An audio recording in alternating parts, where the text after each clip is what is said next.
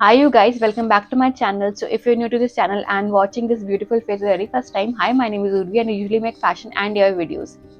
So we are back with another DIY और आपको मेरे मेकअप से और पीछे के बैकड्रॉप से लग ही रहा होगा कि कुछ तो फेस्टिव कंटेंट शूट हुआ है. तो यस, नवरात्रि कंटेंट शूट हुआ. This is typical garba kind of a look. Typical तो नहीं है, मैंने बहुत कोशिश करी है जिसमें आई गेस ये सामने की कुछ चीजें तो मिट ही गई हैं.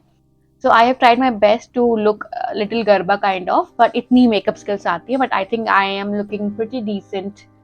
But let's ignore my makeup की skills और हम वीडियो में आगे बढ़ते हैं. तो आज का DIY है, हम एक गरबा आउटफिट DIY कर रहे हैं. मैं पूरा आउटफिट DIY नहीं कर रही हूँ और ये टिपिकल गरबा आउटफिट नहीं है. आई लव दोस्त चनिया चोली जो गुजरात में लोग पहनते हैं, उसके फ्लेयर इतने सुंदर होते हैं. बट अब मैं गुजरात जाके तो ला नहीं सकती और मुझे इतने पैसे भी नहीं खर्च करने थे. सो आई थॉट कुछ तो DIY करते हैं. अंबानी वेडिंग आप सबने देखी थी, उसमें आई स्पॉटेड अ ट्रेंड जो कि था एम्बेलिश्ड ब्लाउज का. इसमें मोस्टली ज्वेलरी से ब्लाउज को एम्बेलिश कर रहे थे, जैसे कि ईशा अंबानी का जडाऊ ज्वेलरी से एम्बेलिश था जो कि उनकी खुद के पर्सनल कलेक्शन से थी. फिर जानवी कपूर का ब्लाउज जो गोल्डन लहंगा जो इतना वायरल हुआ था, उसकी पूरी जो ज्वेलरी थी वो रियल टेम्पल ज्वेलरी थी. बट ये ईशा अंबानी और जानवी कपूर में हम शर्वरी जी को भूल गए. उन्होंने इतना सुंदर लहंगा पहना था येलो कलर का. जैसे वो पिक्चर्स देखी आई न्यू कि लोग इसको नवरात्रों में रिक्रिएट करने वाले हैं, बट आई थिंक लोगों ने मिस कर दिया है. बट मैंने मिस नहीं करा है. I am going to recreate that. मुझे वो लगा कि यार ये परफेक्ट है. यूजुअली जो गरबा की चनिया चोली होती है ये उससे थोड़ा अलग हो जाएगा. जो भी चनिया चोली पहनते हैं उसके साथ बहुत सारी सिल्वर ज्वेलरी पहनते हैं and this has a lot of silver. So silver का जो एलिमेंट इंक्रीज हुआ है प्लस वो झुमकों का एलिमेंट जो उनके ब्लाउज के एंड पे लगा हुआ है, it looks stunning. I knew I had to recreate this for this Navratri season. मैं काफी लेट हो चुकी हूँ बट और लेट नहीं करते हैं. Without any further ado let's get in the video. So first thing first, मेरे पास एक पिंक कलर का लहंगा था. I just had to get a pink blouse. मैंने मार्केट से एक पिंक फैब्रिक लिया और ब्लाउज को सिलने पे डाल दिया. उससे मुझे बस एक हल्का सा चौड़ा स्ट्रैप, मतलब 1/2 इंच काइंड ऑफ चौड़ा स्ट्रैप चाहिए था. ऐसा शर्वरी का था, मुझे ऑलमोस्ट सेम वैसा ही चाहिए था. इसके बाद then comes the embellishment part. So उसमें बहुत सारे सिल्वर ज्वेलरी भी यूज हुए हैं. मतलब आई डोंट नो वो ज्वेलरी है कि ऑर्नामेंट्स है. आई न्यू कि मैं इसको ज्वेलरी से रिप्लेस करने वाली. I am a hoarder. मेरे पास ऑलमोस्ट 10 साल पुरानी सिल्वर ज्वेलरी भी रखी हुई है. So I knew I had to use my own silver jewelleries. वो तो मैं बिल्कुल नहीं खरीदने वाली हूँ. उसमें जो बाकी के काम हो रखे थे वो बेसिकली हाफ कट वाले से हो रखे थे. हाफ कट मोती या जो भी था वो सिल्वर कलर का उससे हो रखा था. तो वो मेरे पास नहीं था, तो उसके लिए मैं गड़बड़झाला गई. अमीनाबाद में जो है वहां पे मुझे मोती टाइप के मिले, मतलब गोल राउंड शेप के. I got those. मैंने 2 साइज के लिए क्योंकि इसमें मैक्सिमम 2 साइज का मुझे डिफरेंस दिख रहे थे. And that's it. That was all that was required. I also got झुमके के मटेरियल क्योंकि मेरे पास इतने झुमके नहीं थे जो कि पूरा नीचे के साइड पे आ पाए. सो आई गॉट झुमके के मटेरियल. तो उन्होंने मुझे झुमका बनाने का मटेरियल दिया जिसमें छोटे छोटे झुमके, घुंघरू जो लगे होते हैं, फिर जंप रिंग होती हैं, छोटे छोटे से मैंने झुमके जो होते हैं वो लिए. छोटे वाले लिए क्योंकि जो बड़े वाले वो काफी बड़े हो गए थे, तो छोटे वाले विल लुक वेरी प्रिटी कमर पे जब वो आएंगे. तो so I got all of that. I love that झुमके एंड एवरीथिंग. मुझे ये इंडियन चीजें बड़ी अच्छी लगती हैं. So I got all of that. Then I came home, अपनी सारी ज्वेलरी निकाली, ब्लाउज उठाया और उसमें आई स्टार्टेड स्टिचिंग. सबसे पहले मैंने अपने ब्लाउज पे थोड़ी सी इयरिंग रख के देखी कैसी लग रही है, just to have an idea कि कौन सी इयरिंग मैं यूज कर सकती हूँ, क्या कैसा लगेगा. एक और डिफरेंस जो मुझे फील हुआ वो ये था कि साइज ऑफ द ब्लाउज, क्योंकि मेरा जो ब्लाउज का साइज था वो थोड़ा बड़ा था इन कंपैरिजन टू शर्वरीज, एंड उसके हिसाब से इसमें वर्क थोड़ा ज़्यादा होगा.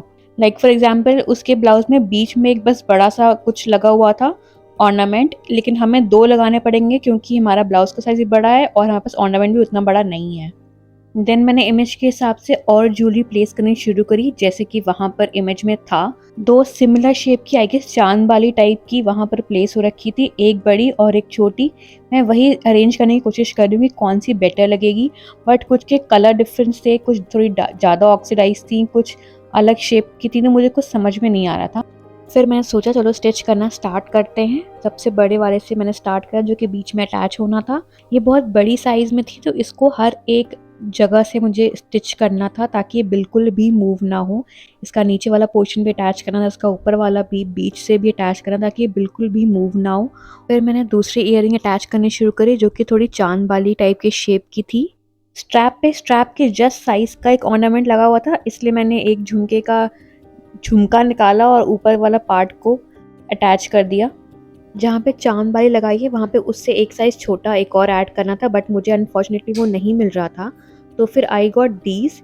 ये दोनों सेम राउंड शेप के थे, तो I thought this will be perfect. And ये इतना हल्का था, मतलब एकदम लाइट वेट था, तो ये इतना परफेक्ट मुझे मिल गया।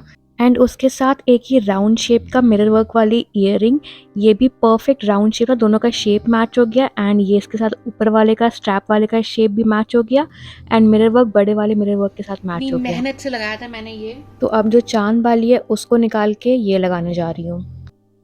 ये वाली ईयरिंग मम्मा एक्चुअली गुजरात से लेके आई थी and I think this is perfect.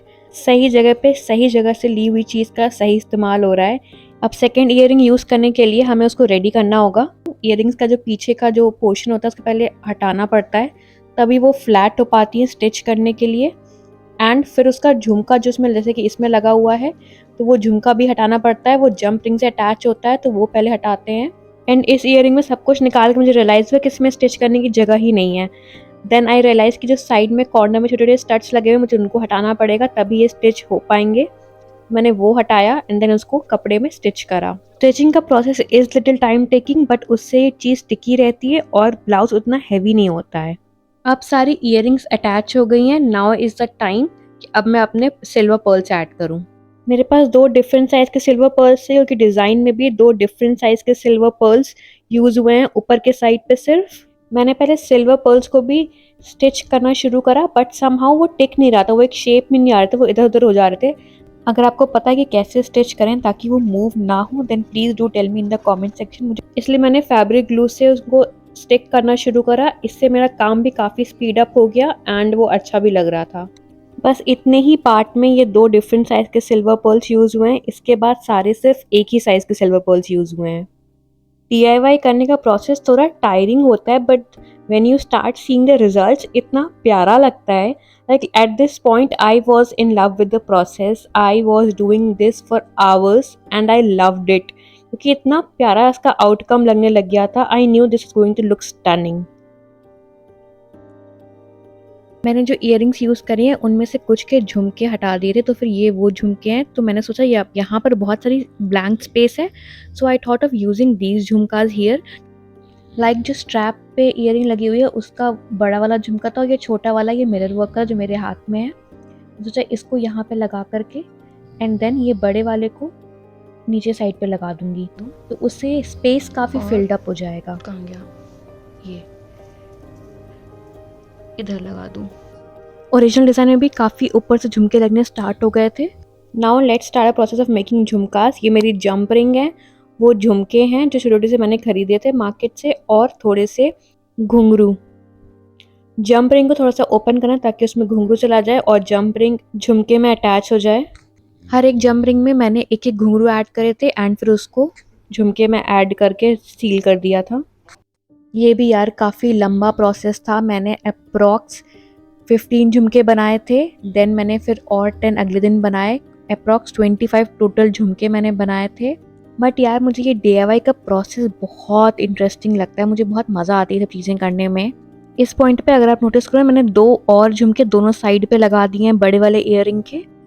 फिर मैंने नीचे लगाने शुरू करे। जो बड़ी सी ईयरिंग बीच में लगी हुई है उसके एक साइड पे अप्रॉक्स 10 झुमके अटैच हुए हैं एंड बाकी के 10 मैं इधर साइड पे अटैच कर रही हूँ। जब मैं झुमके स्टिच कर रही हूँ, ब्लाउज के नीचे के साइड पे जो फोल्ड होता है मैंने उस फैब्रिक से स्टिच करा है झुमका, ताकि ऊपर के साइड पे बहुत सारे स्टिचेस वाले धागे ना शो करें, क्योंकि वो बहुत अनटाइडी लगता है। एंड यार ये कितना प्यारा लग रहा है, मतलब झुमके लगने के बाद जो उसकी ग्रेस थी वो और बढ़ गई and I can't wait to style it. And at this point बस स्ट्रैप पे थोड़े और पर्ल ऐड करने बाकी थे और थोड़ी सी जगह पे थोड़े थोड़े और फिनिशिंग टचेस देने थे। बाकी everything was done and I love कैसे पिंक कलर पे ये जो सिल्वर पूरा वर्क आया वो कितना सुंदर लग रहा है। एंड लास्ट में जो कुछ कुछ जगह पे मोती लगाने रह गए थे मैंने उसको कंप्लीट करा and here is the final look. And एक all look so stunning in the end. मैंने इसको पहना, आई मीन एक सेकेंड आप खुद ही देख लो।